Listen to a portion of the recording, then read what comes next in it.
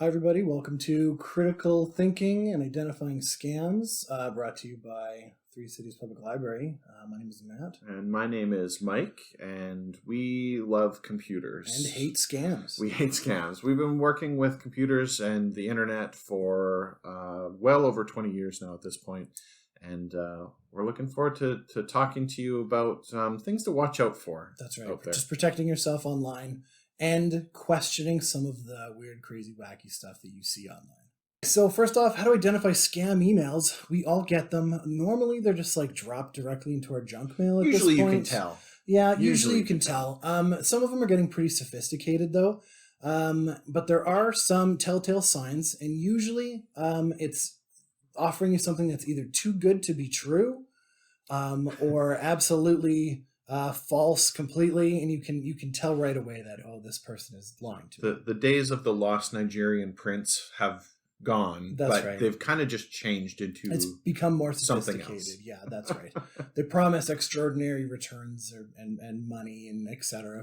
for something that's seemingly very easy. Yeah, or that you've won a big prize. Or even more malicious than that, they'll pretend to be the IRS, the CRA, the police, whatever. Right. Some sort of authority. And attempt to trick you into doing something or acting without thinking about it. That's right. So they'll probably apply some pressure for you to act quickly. And so that is another thing to watch out for. They give you a sense of urgency, like they need you to do this thing right away. And so you don't think about what you're doing, you just act because you want to either keep your account active, or you don't want to miss out on this really good deal, or stop someone from spending money on your Visa or MasterCard. That's right. And it's essentially just a trick to get you to stop thinking and act. A lot of times the communication, they seem to be unsolicited, so you'll just get an email from them randomly. And a lot of times it'll be like a conversation. They'll say, hey, we met at this party. Do you want to still continue hanging out? And you're obviously like, well, who is this? They're trying to get you to email them back, and then so they can get you into their claws into you and eventually try to take money out of you. Bring you into the web. That's right. A lot of times they'll request personal information first. But in today's day and age, information is as good as money to them. They'll try to get your social security number, your bank account details, anything at all that identifies you as a person. When folks are getting smarter too, right? Like they know that most people know is if you get an email immediately asking for money, that it's fake. But if you get 3, 4, 5 emails deep, you start to believe maybe this is actually this person. They try to build that relationship. Trying to fake you out a little bit. That's right. A lot of these emails will also have really poor grammar and spelling because they'll be from foreign actors, and they'll just plug it into a translator and try to get as many people as possible. So it's not a specific targeted email. You're just in a group. And a lot of times they'll find groups of these emails from breaches or leaks online, and then they'll plug them all into their program and then send out all of these emails out. Try to find their target. That's right. They're casting the wide a net as possible because if they send out 100 emails and they get one hit, that's a good day. And they'll often use anonymous or fake profiles. So if you're on social media and you see a really attractive lady or dude, and they're from like usually really warm areas, like they'll say, well, I'm from California and I really like your profile. A lot of times it's not that person, and they're trying to create a relationship with you, and then eventually get as much data they can out of you. Yeah, oftentimes trust your gut. If it's too good to be true, this has been mentioned, too good to be true, it's probably not. And always use your as much internet safety as you possibly can. Protect yourself. The likelihood someone seeking you out is very low.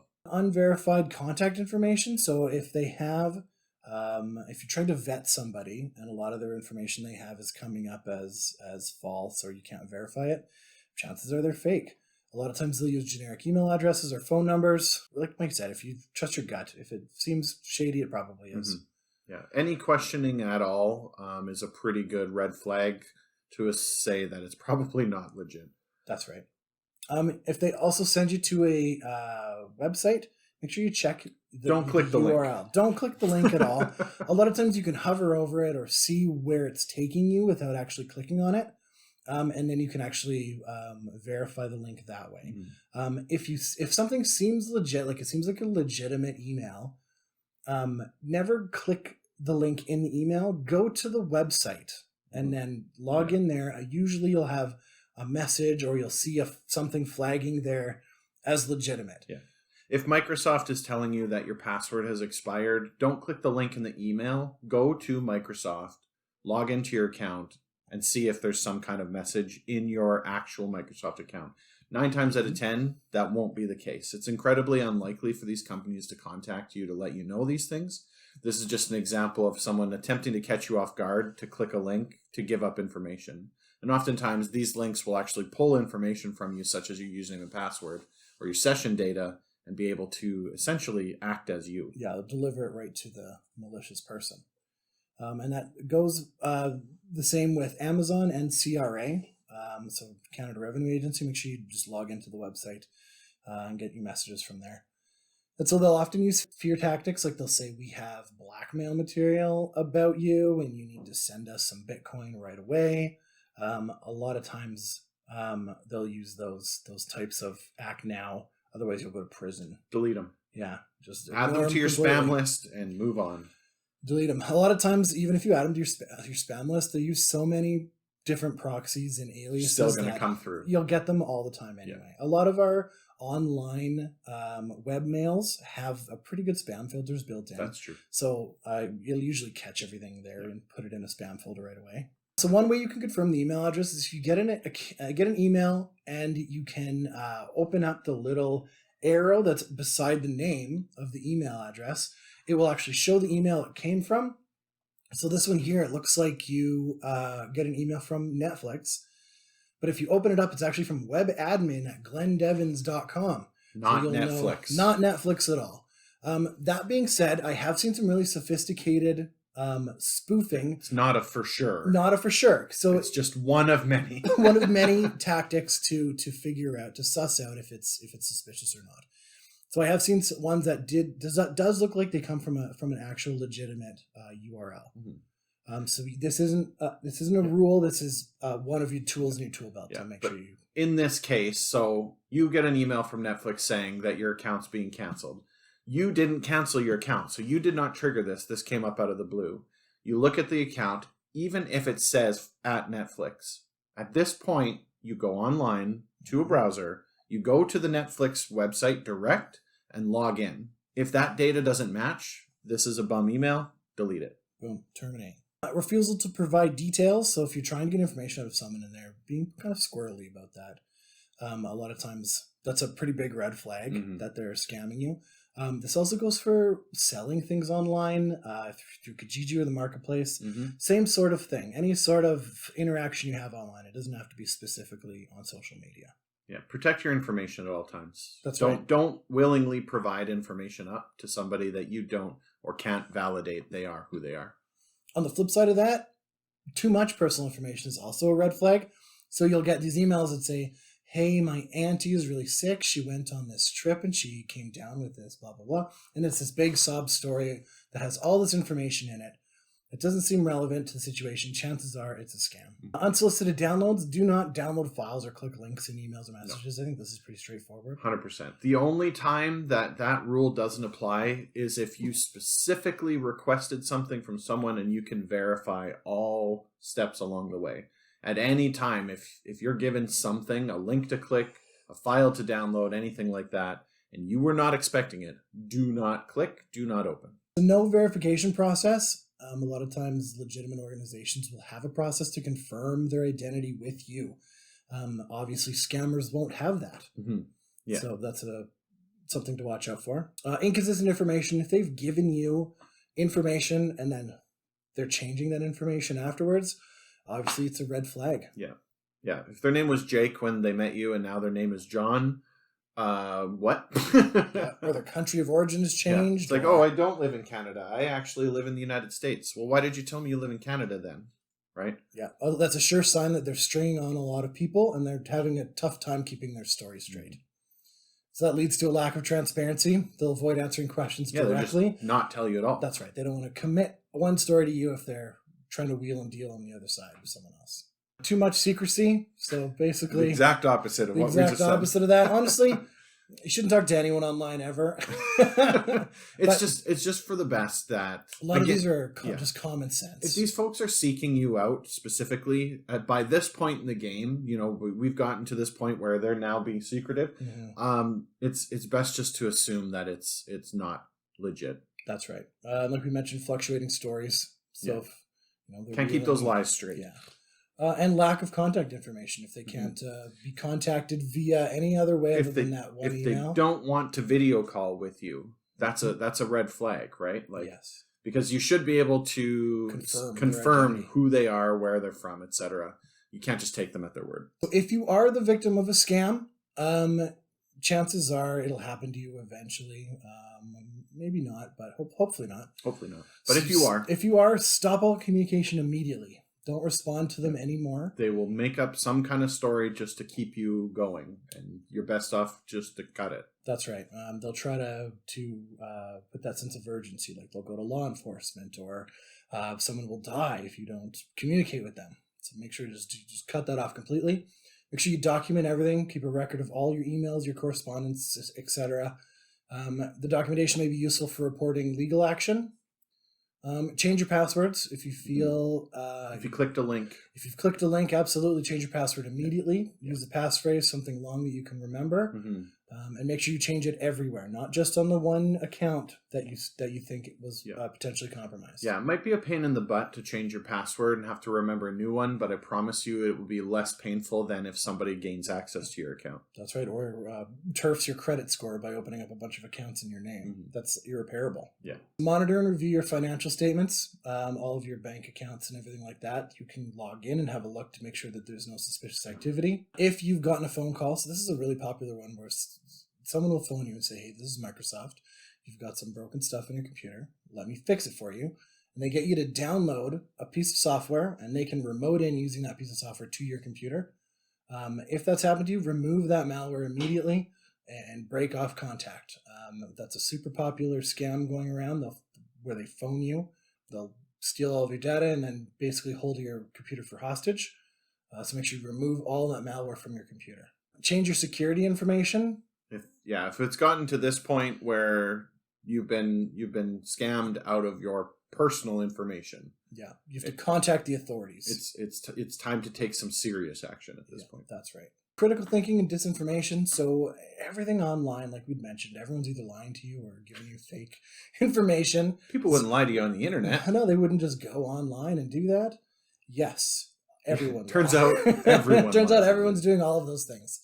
So make sure you check the source of any sort of information you get. So this includes like social media articles, stuff on websites, all of that stuff. Make sure you check your source, verify the author, and cross-reference with reputable sources. And so this basically is one of the biggest problems online right now. Yeah, always be cautious of anything that's been sent to you. Yeah, that's right. It could be completely fabricated, especially now with the popularization of AI. It's so much easier to fabricate things than it was before. Beware of clickbait and sensationalism. A lot of times the websites want you to click on their links because that's how they make money, through advertising. So they will flat out lie to you to get you to click links, and then so you're stuck in their environment for that extra second, and then they make money off of it. Check for supporting evidence, links to primary sources, documents, etc. that are made in the article. Make sure you follow up on it. If you feel, I don't know if this is correct or not, do the due diligence and check on it. Self-propagating news sites lead you from one page to the next, the sensationalism of it. Just trying to basically get ad time on your devices, and they just keep you in a loop. Yeah, trying to keep your eyes stuck to their website as long as possible. Another thing is to consider the tone and the writing style. A lot of times they will have a certain bias to their writing. And so if you're familiar with the writer, a lot of times you'll be able to notice that right away. They may be over-aggressive or have that biased tone in lots of fake news articles or opinion pieces. Understanding AI, we've talked about AI a little bit. So what AI is essentially, it's artificial intelligence, which is the simulation of humans' thought and speak. And so using that with what's like a deep learning AI and the ease of use can lead to a lot of very real looking videos and audio and all sorts of pictures all over the internet that look really legit but are completely fake, using fake people, fake voices, all fabricated using this deep learning. It's getting a lot harder to tell as well as we go forward. Mm-hmm. So it's incredibly important just to always question the source and determine whether or not that seems like it would be real. You know, that's right. So there's a lot of like pretty sophisticated voice deepfakes going out there using.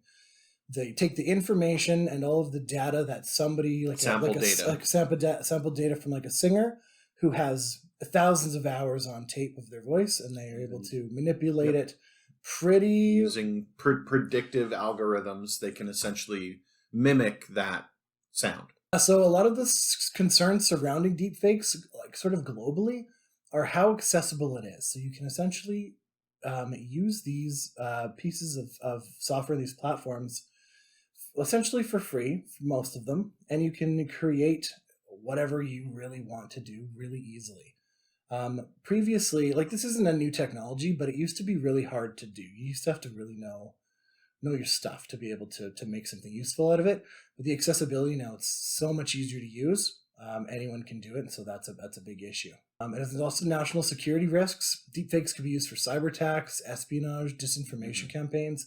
Like we said, spoofing somebody's voice and then calling in and using that voice over the phone can cause a lot of chaos.